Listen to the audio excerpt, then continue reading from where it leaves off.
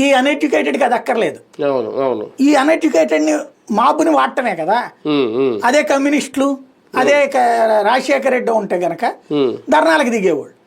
డబ్బులు ఈ సంక్షేమ పథకాలు డబ్బులు వచ్చేసి నేను చెప్తున్నావు కదా, సంపద సృష్టించేసుకున్నావు కదా, మద్యంలో సంపాదించుకున్నావు, ఇసుకలో సంపాదించుకున్నావు, తర్వాత గనుల్లో సంపాదించుకుంటున్నావు, ఇప్పుడు ఇంత డబ్బులు వచ్చినాయి నువ్వే రాసావు కదా 8.5% కాబట్టి నాకు ఇచ్చేసే సంక్షేమం ఎందుకు ఇవని అడుగుతారు. తద్వారా ఒత్తిడి తేవడం ద్వారా వీళ్ళని కన్ఫ్యూజన్ లో పెట్టేవాళ్ళు. అదిగో చూసారా వాళ్ళు డబ్బులు వచ్చేసి దానికి సెకండ్ ఫేజ్ లో ఏం మాట్లాడతారు, చంద్రబాబు ఇంటికి తినేసాడు, 1,000 కోట్లు ఇంటికి పట్టుకుపోయాడు అని రివర్స్ లో అటు తీసుకెళ్లిపోయేవాడు.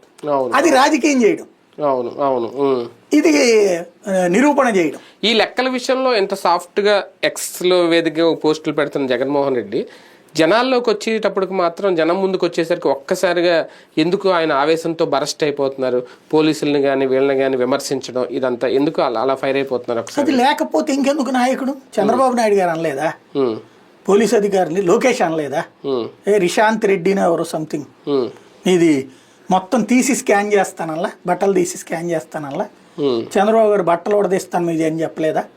వాళ్ళు మాట్లాడలేదా? ఎందుకు మాట్లాడారు వాళ్ళు? కార్యకర్త మానసిక సంతృప్తి నెంబర్ 1. నెంబర్ 2 ఏంటంటే మనం ఇక్కడ గుర్తుపెట్టుకోవాల్సినటువంటి అంశం, వ్యవస్థలాగా పనిచేయట్లా, అధికార పక్షపు తొత్తుల్లాగా పనిచేస్తున్నాయి.